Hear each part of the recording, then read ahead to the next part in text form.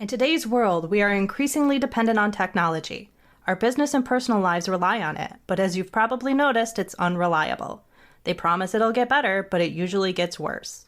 Our computers are slow, so we end up squinting at smartphones and tablets. We live in constant fear that something's going to happen to our personal data, so we're scared into paying for fake protection that proves useless when disaster strikes. Update attacks, fake Wi-Fi, cloud control, and other industry scandals are designed to keep the money flowing.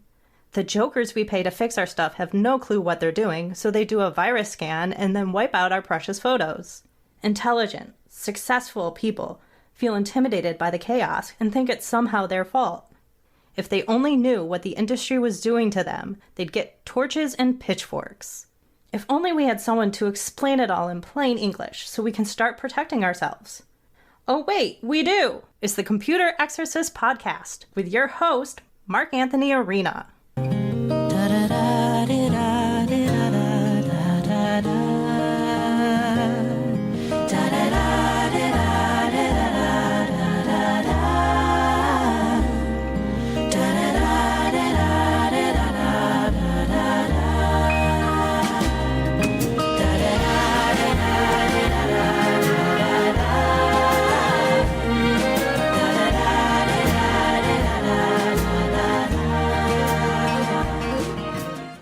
From the Wallace Memorial microphone in my home office, overlooking the Can of Worms in downtown Rochester, New York, this is the Computer Exorcist Podcast. This is the third and final segment of my interview with Taylor Abrahamse. Wow, we've been having a ball here. We didn't even realize it was going to turn out to be 3 episodes, but wow, we're having a ball. I hope you guys are all enjoying this. This cat is brilliant. And I'll tell you something interesting before we get back to it is I listen to a lot of things on double speed, right? Where if you're listening to YouTube or a podcast, you can actually adjust the speed and speed it up because I'm impatient and I'm a speed reader. So I guess I'm a speed listener as well. So you can actually speed up whatever show you're listening to. So a lot of you can do that.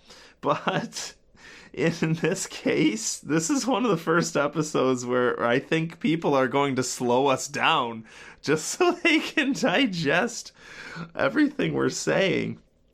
Anyway, let's get back to it. But yeah, you should start your own show. Like, you could totally. I've thought about it. Oh, yeah. You know, even just a few days ago. I mean, for me, it was more like making something musical with people and talking music and life with people and. Because there's my brother listens to a podcast and it's just like they just ramble on about video games and they'll like spend 30 minutes just like on the same point and they don't cut out the silences or anything like that. But these guys have like thousands of people on Patreon and it's just baffling to me. Right, but it is enjoyable. You know? Right, it is. If that chaff can succeed, imagine your wheat. How do you like that? Thank you.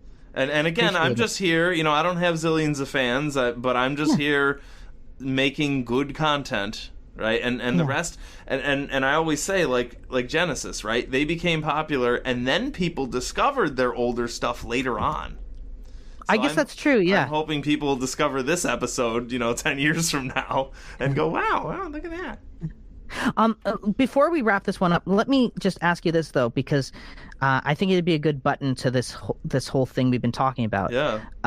How do you keep faith? Like, can you give me examples of why you're optimistic that this capitalist, late stage capitalist machine can work for anything actually, altruistic? Great, that's so awesome. Especially in the tech space, It's awesome. Yeah, and believe me, I toss and turn for 10 years knowing that I have the answers to this stuff and I can only help 2-3 people a day in my city, and I know that needs to change. A couple things, and I'll give you a little preview of one of the books I'm writing. There's a couple concepts that are really important. Number one, what I was going to tell you earlier is 9 is greater than 11, right? So here you and I are, and we're looking at people who are greedy or people who are whatever, sellouts or whatever. And we look at them and they're down there at like number 2 or number 3 on the ethics scale. And here we are cranking it up to 11, as they say. Right? And so it's great. We don't want to be down there at 2 and 3, and this could be applied to anything, right? Like sloppy people are down at 2 and 3, and neat freaks are cranking it up to 11, right? Right. It turns out ideally, 8 or 9, right? So awesome is better than perfectionist. Does that make sense? For sure. Yeah. So and I think that is something I've been gradually accepting is the it's you got to Trojan horse things in, right? You got to play by the game that you're within. So it's democracy with a big asterisk beside it. It's not like, live truthfully in every respect in every way and and then things work out. It's this gradual progress towards it. And I get that to a certain degree because it's like it's arrogant of us to just think, that doing the right thing all the time is even necessarily right because everything is so complicated and interconnected. And doing the right thing is fine. I'm just talking about getting to the point that I've been there, where it's you do like, where you punish yourself almost, right? Where you go too far with it, right? Where it's like, well, I'm not going to make any money. And I've been there, right? It's I'm not going to make any money at all, or I'm going to do everything this way. And I remember doing stuff where I'm definitely my own worst enemy, right? Where I didn't want to have a data plan on my smartphone just to prove a point, right? That these young kids these days, they have a data plan on their phone and I'm going to run a business without one just to prove a point. Well, I made my life so difficult by doing that, and I'd have to like answer calls while I was driving, and then I'd have to use a Google Voice dialer to dial the number because I didn't have a data plan and whatever. The flagellization of it, of trying to be the martyr, right? So you don't have to crank it up to 11. I can still use affordable phone plans and whatever without totally ruining my own mission. But also there's, but it's like you have people who present themselves like these altruistic martyrs who make it pretty far into society, whether it's Theranos being a complete scam, or it's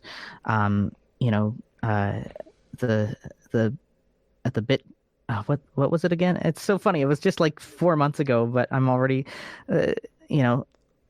everyone has 15 seconds of fame now, not even 15 minutes. Right. Sam Bankman-Fried is what I was thinking of. You got that, or you got Elon Musk, who used to be like this media darling, and now it's much more of a contested thing. So sure, they turned on him for whatever reason. It's a different story now. Yeah, but like does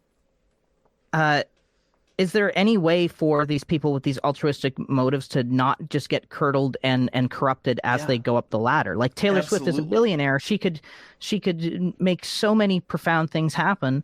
And, there was a time where she was like fighting against Spotify, and then she just stopped doing that. And to me, that really disappoints me as an independent artist. Absolutely. And so I'll give you a couple things here. Number one, the hope for me is whenever I meet someone and explain to them what I'm doing with my thing, like, hey, by the way, rip out Norton and McAfee because they can never protect against anything after 2013. Like I was saying, viruses stopped in 2013. Once people hear that, they go, wow, check it out. My computer's incredibly fast now, and it's been that way for 10 years because you said this, and I had a guy this morning who said, hey, Mark, I lost your business cards. I haven't needed you in 5 years, so I had to look you up again. And so that's encouraging to know, and there's always that hope. It's going to take me a while, but I know I have that hope that I will succeed eventually because everyone I talk to has validated my ideas, and keep doing the right thing no matter what, even if it takes you longer. And I read a little article a while back when I released my book in 2017, and the article said you don't want your book to become an instant success because that means it'll be a flash in the pan. You actually want it to be a slow burn because that's how you achieve lasting success, right? So there's that. I don't want to be a quick growing weed. I want to be a tree and all that. That's great. That's awesome. That goes back to that artist who I was leaving that comment on, because she tried this gimmick to try and make her song go extra viral. And it was that, there's always people like throwing things at performers now and like being just unruly audience members, and clips of that will go viral. Nice. So she like, as a joke, made a fake one where like someone threw a rubber hammer at her. And the audience knew that it was like a joke, but somehow she edited it in such a way that, a lot of people thought that this was real and they were outraged, and then she was lying to her own friends, and then she had to come clean, and right. it's like, and then that blows up in her face. Yep. And it's, you don't need to do that to yourself. Because you don't need to do a PR stunt. If people will eventually see you. And finally, one of the chapters in the book is a chapter called "Be Still and Know That I Am God," and the message there is simply this: look, whether or not you believe in God, you ain't him. So I'm really good at putting the weight of the world on my shoulders.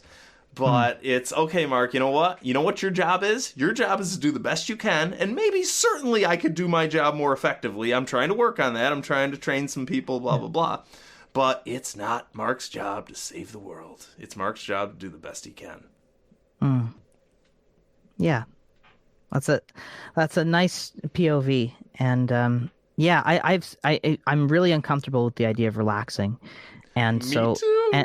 And so even like, but I have made myself do it more, especially, since unceremoniously going from a pretty great income in Toronto and running a studio to like being back at my parents' place in the middle of nowhere without a driver's license.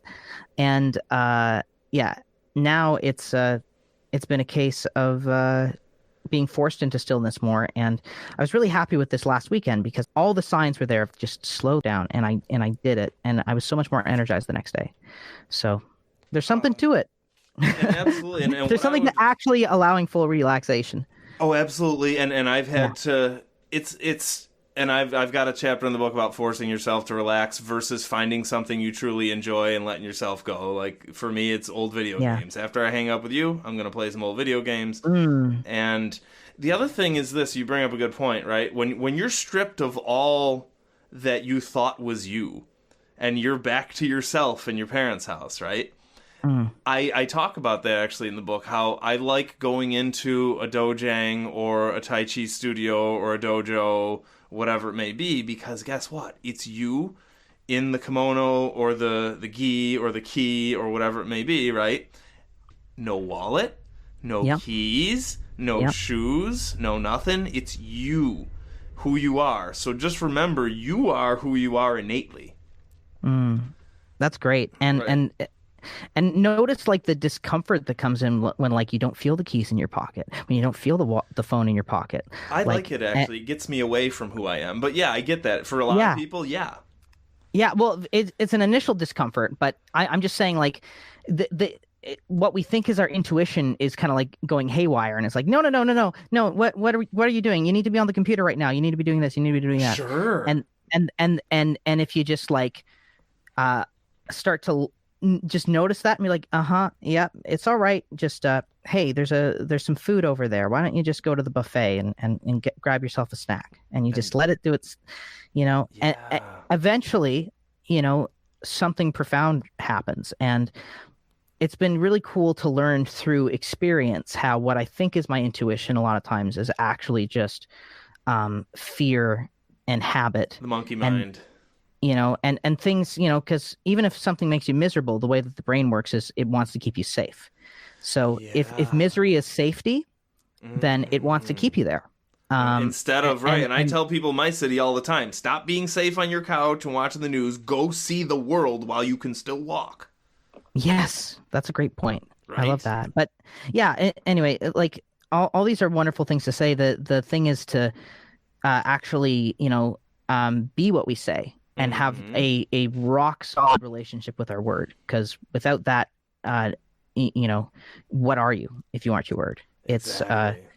And I think that most people don't actually confront the real depth of that, and I've been awful the last couple of years inside of the cynicism and everything at confronting the full extent of that, like being responsible for my part in why my life is what it is right now, it's called It's Nobody's Fault But My Own. Like I told you before, right? Whose fault is it that the bad guys are succeeding right now? It's my fault because I haven't trained enough guys to do my method, right? It's right. Yeah, it's not anything self-flagellating, right? It's just, hey, look, it's actually encouraging. It's, hey, I have the power to do something. Yeah.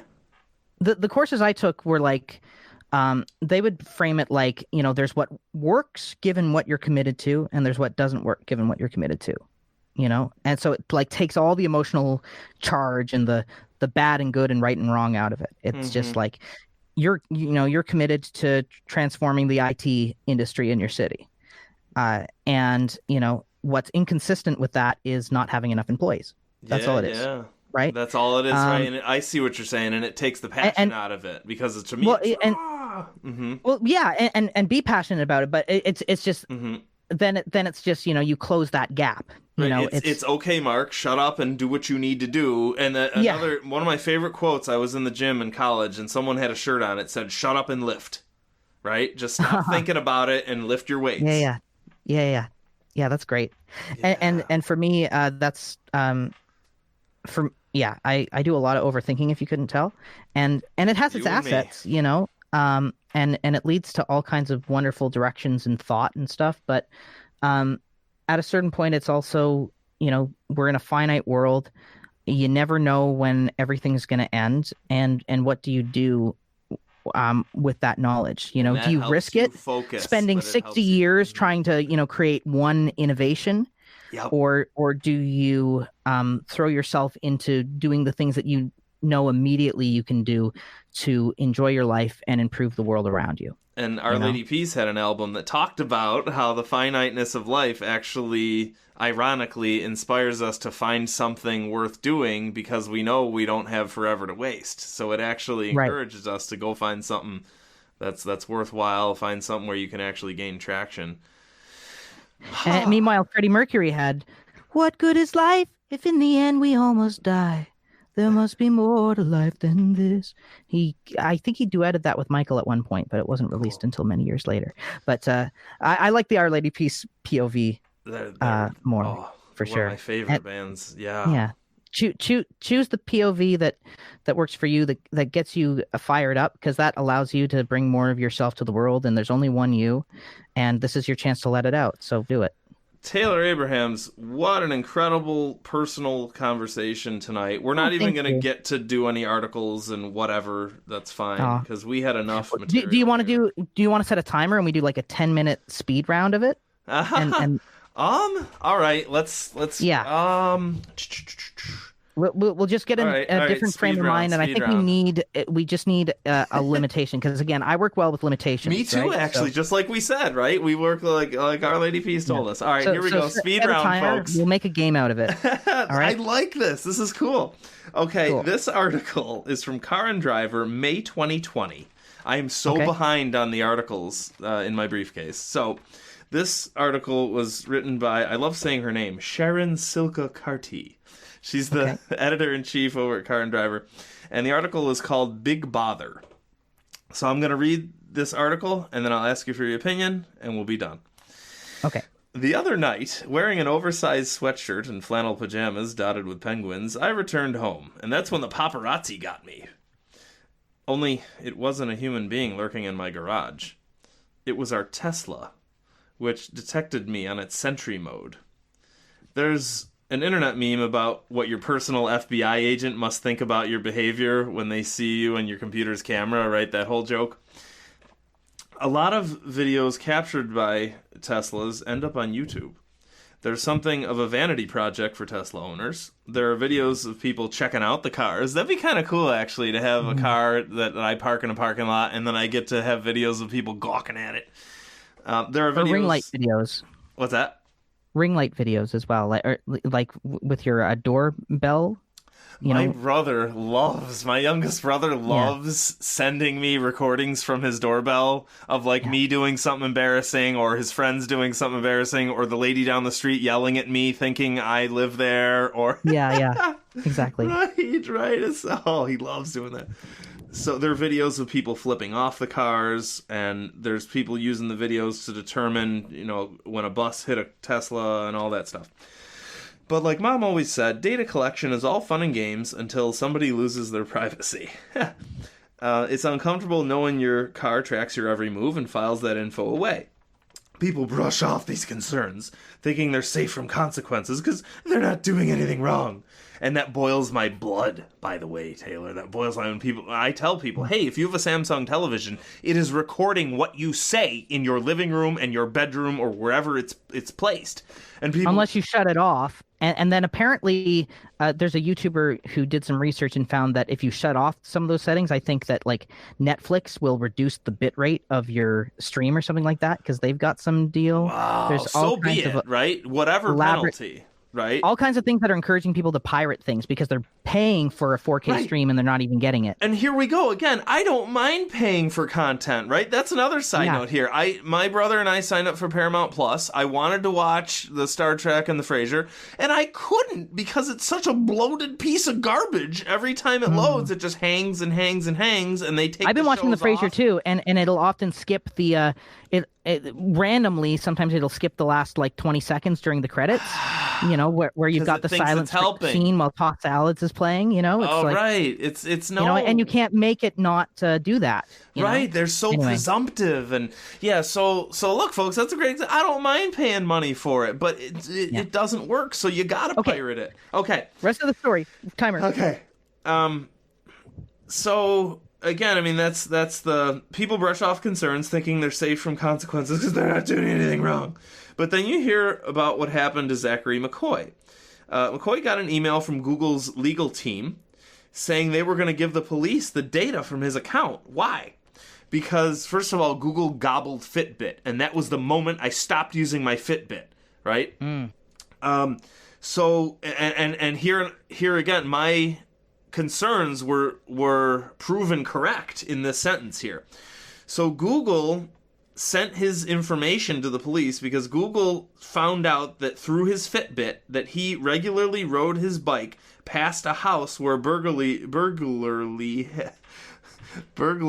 had occurred, and his Google connected Fitbit had a fitness tracking app had placed him at the scene of the crime.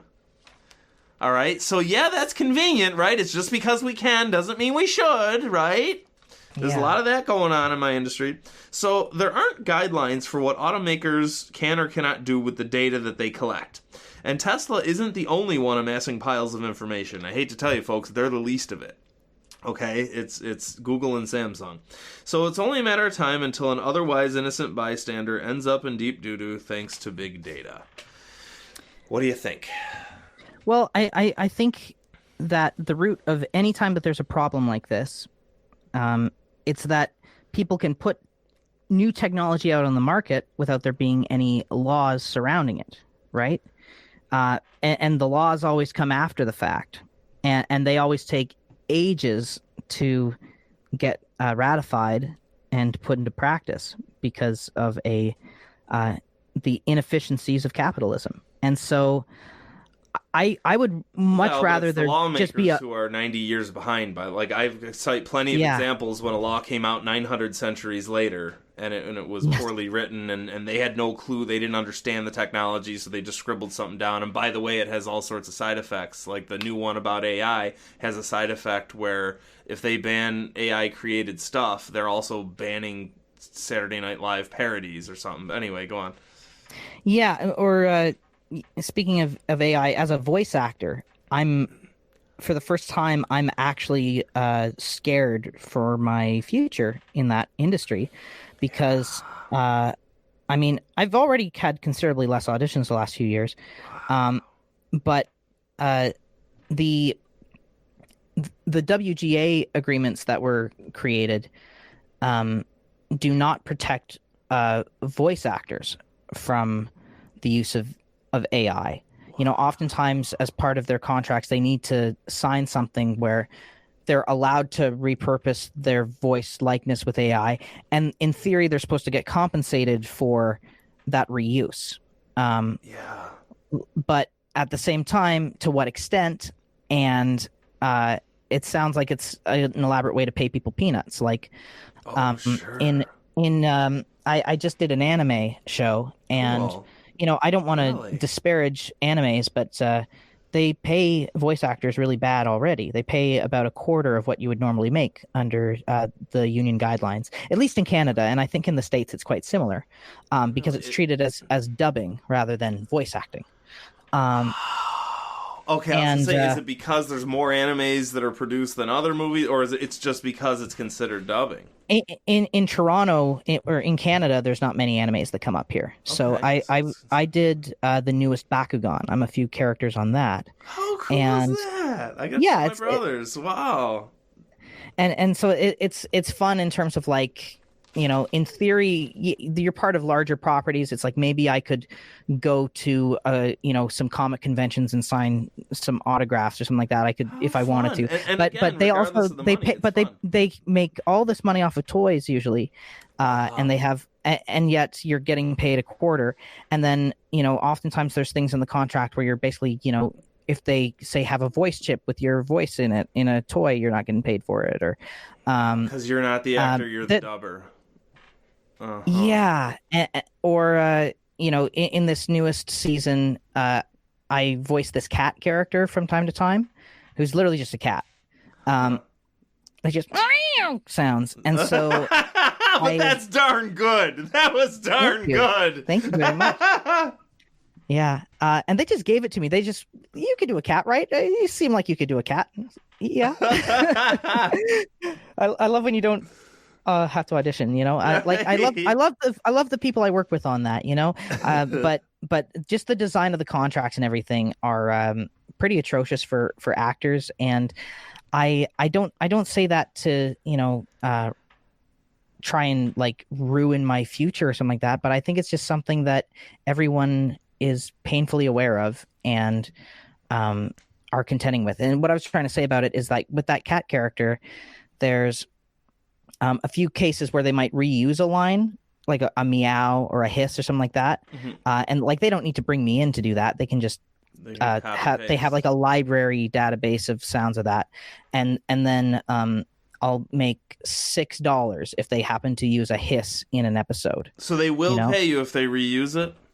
Yes, okay. but it's $6 in perpetuity in this massive project, you know? And so and if you come and do a whole episode, that's like, you know, 200 to 400 Canadian, which is pitiful, right?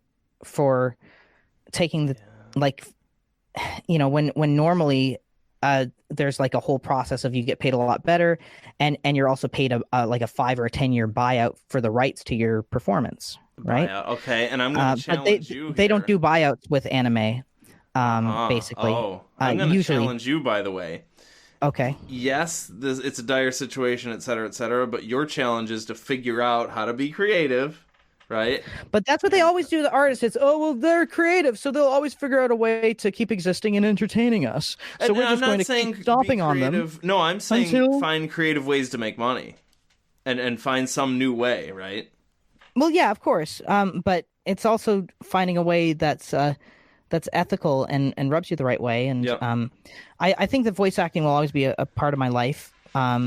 I'd rather make my own series. I've certainly tried pitching some and stuff. Let's do it. Yeah. Well, yeah. It's such an uncertain future right now, and humanity's got to decide if it's going to put its happiness first or if it's going to put numbers first. Right. And again, solving problems to make money versus pushing things on people to make money. Right. Or just also accepting that there's certain things that should be treated as public services or human rights that are not treated as such. Yeah. And you've got economies that are grossly overinflated based off of preying on things that should be human rights, you know, like housing. You know, how much of the stock market is propped up by companies owning buildings or forcing people to go to work in buildings just so they can justify having the building so they can keep their stocks up, you know? When people are even more, people are happier working from home, and in some cases even more productive. It's like they don't care. So it's a complicated balance of, okay, and that was the 10 minutes I set a timer on my end. Yeah. But you know, cool. I'm just trying to say, it's like I think that you need to set up something so that you can actually, before something earth-shattering in technology enters the public sphere, it actually probably needs to be paused, and there needs to be strict regulation around it first, before you can just do stuff like that. You know? Also pause so that people can wrap their minds around it, right? I talked to a guy but the instead other day, it's more like they treat the public like the guinea pigs. Oh yeah, and I say in my first book, then it won't be hypothetical when the laws are created around it, you know. Yeah, I mean, I say in my first book, we're in a world of eternal beta products. Right. Now here's the deal. Here's my challenge to you, and this is why I'm an outlier politically. You know, here's the deal. I'll agree with you on the behaviors. Right? Is yes, we need to act more ethically. We need to do this. We need to do more of that, like you were saying. But in my observance, what I've observed in my experience, that's what I'm looking for, laws can't do anything effectively. Everything I've seen in my industry, okay, we've got a bunch of bad behavior, okay, then 800 centuries later the lawmakers come out with something.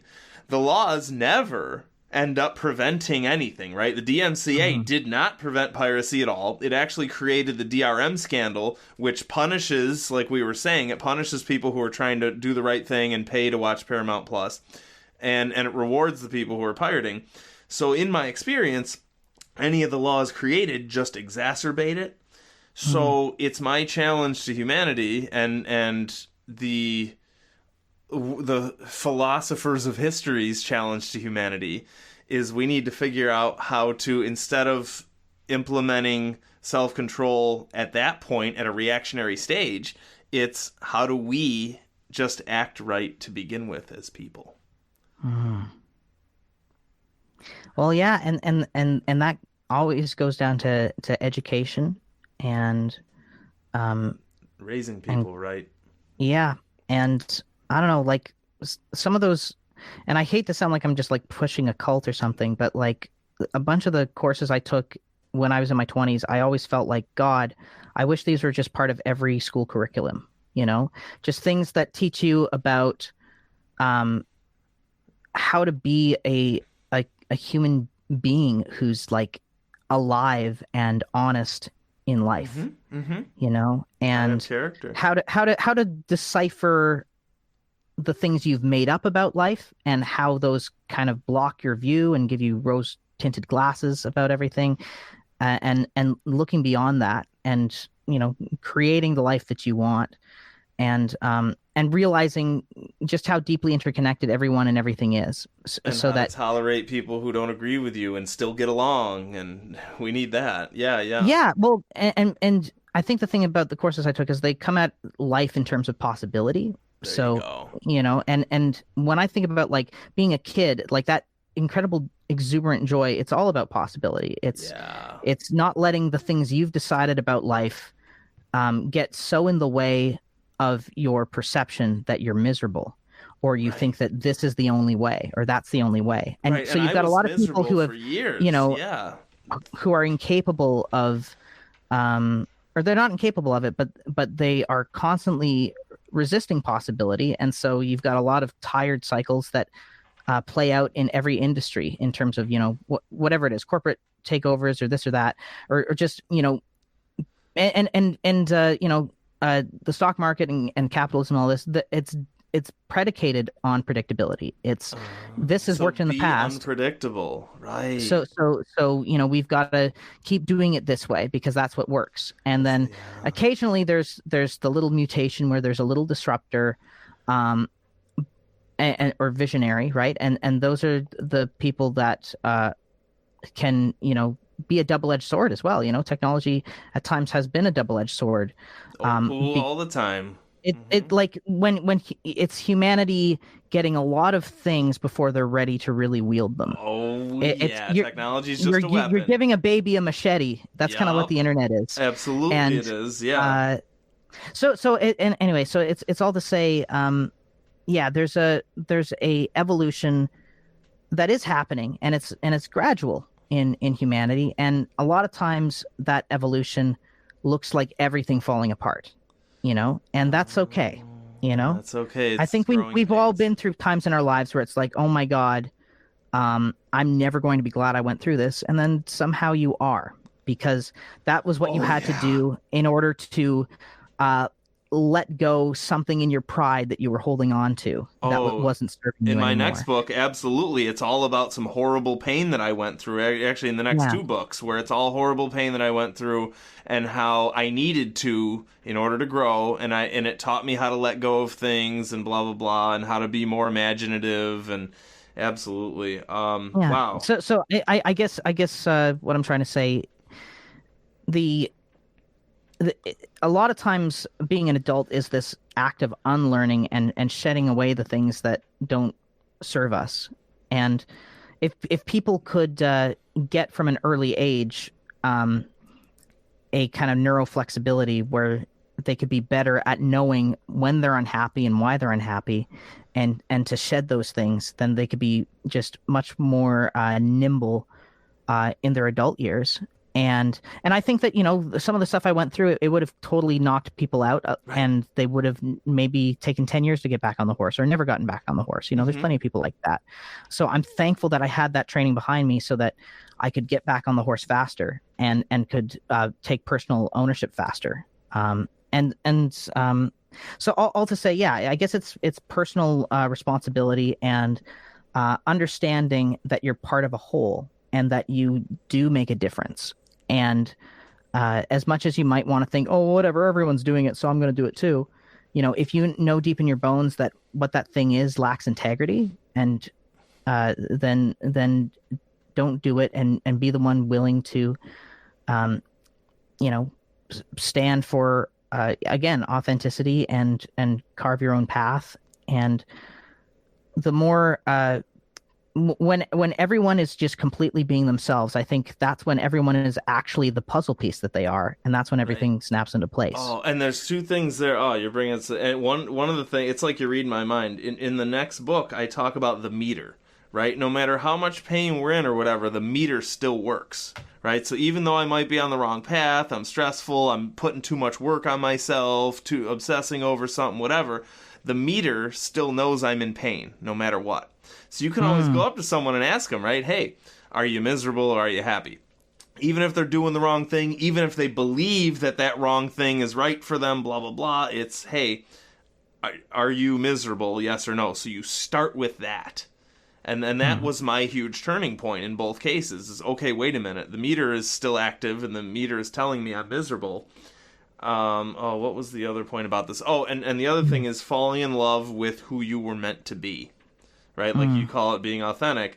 And my brother, during my first crisis, right, so the next book I'm writing, my brother gave me this quote by Pedro Arrupe, and he said, there's nothing better than falling in love or discovering who you were meant to be and falling in love with who you were meant to be and then being that. Yeah. On that note. Awesome. Love it. We could go on forever. It's all an endless conversation. Whoever's managed to listen to this all the way through has too much going through their mind probably from it, and just take some deep breaths, digest it, and poop it out into something new and beautiful. Right, that's all the light bulbs going off. Taylor Abrahamse, what a conversation. I thank you so much. And what is your website and how can people find you? Well, my website is taylortheguru. No, it's it just feels like I'm just I'm Brene Brown or something like that this whole time. Oh, she's the worst. Actually, she damages.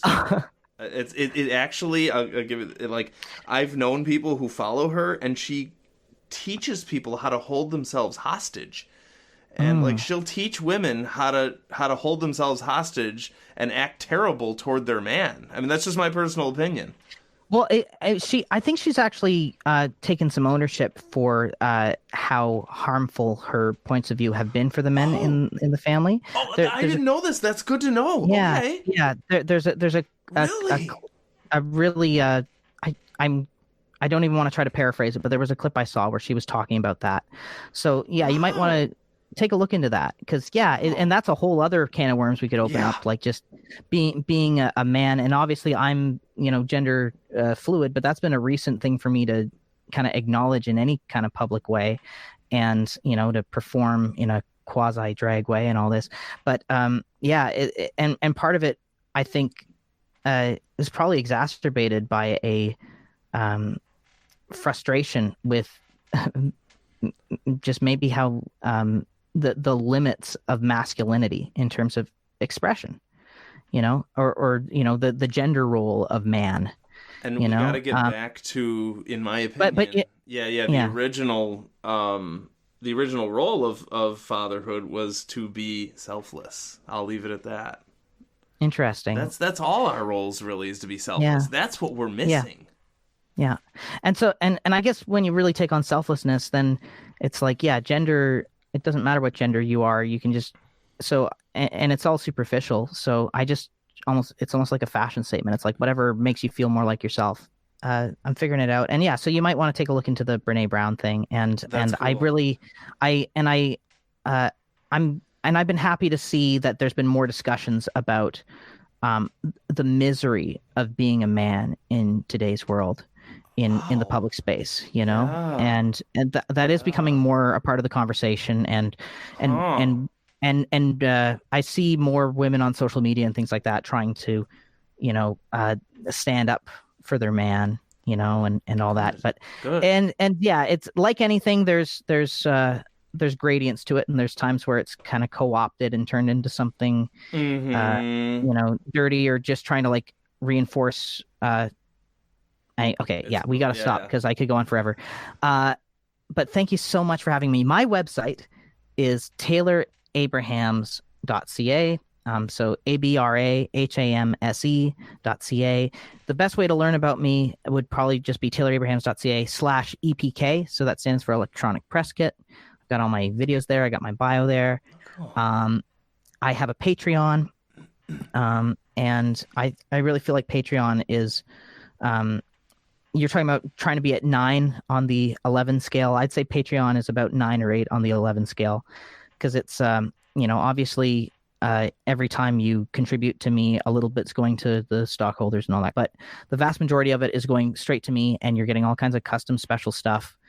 And you're supporting me directly. Like, to be an artist and be able to wake up in the morning, if I had 100 patrons and I could wake up in the morning and know, okay, I've got 100 people who want me to create, what I want to create. And I'm going to do that. And I have enough backing that they're covering my basic living expenses. Like, that creates such a profound freedom, and flexibility. So if you're willing to be a patron, that would mean the world to me. I've also got CDs and all kinds of other things on the website.